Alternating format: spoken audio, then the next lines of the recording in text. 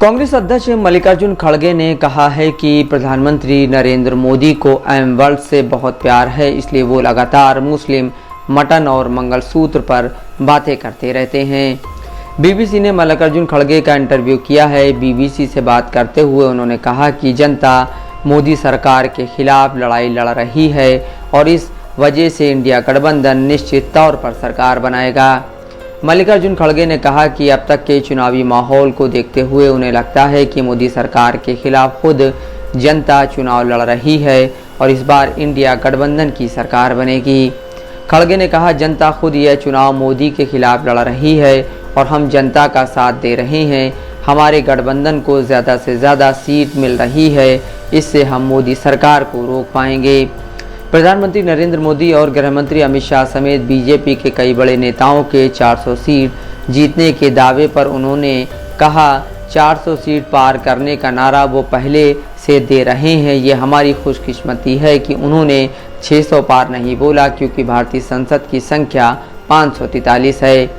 India गठबंधन की जीत पर भरोसे के सवाल के जवाब में उनका कहना था, बेरोजगारी, महंगाई, किसानों के मुद्दे और गरीबों की आय घटने की वजह से लोगों में जो नाराज़गी है वो बीजेपी की हार का कारण बनेगी।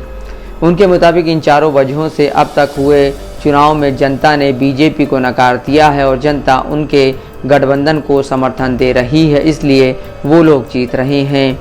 चुनावी प्रचार के दौरान प्रधानमंत्री मोदी की भाषा पर टिप्पणी करते हुए खड़गे कहते हैं, वो एम वर्ल्ड से बहुत मोहब्बत करते हैं, इसलिए उनकी ज़ुबान से हमेशा मुसलमान, मटन, मछली, मंगलसूत्र शब्द निकलते हैं।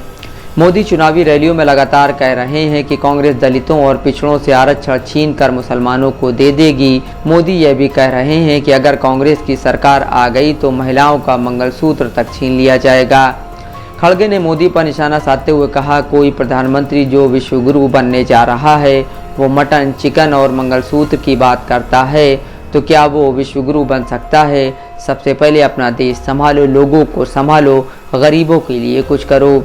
खड़गे ने इस बात पर जोर दिया कि कांग्रेस पार्टी सामाजिक न्याय करने के लिए प्रतिबद्ध है, लेकिन किसी से कुछ छीन कर किसी और को देने का कोई इरादा नहीं है। उन्होंने कहा कि संविधान के तहत चलना है और इसमें धर्म के आधार पर कोई फैसला नहीं लिया जाएगा। नफीस अहमद, दस्तक लाइव न्यूज़।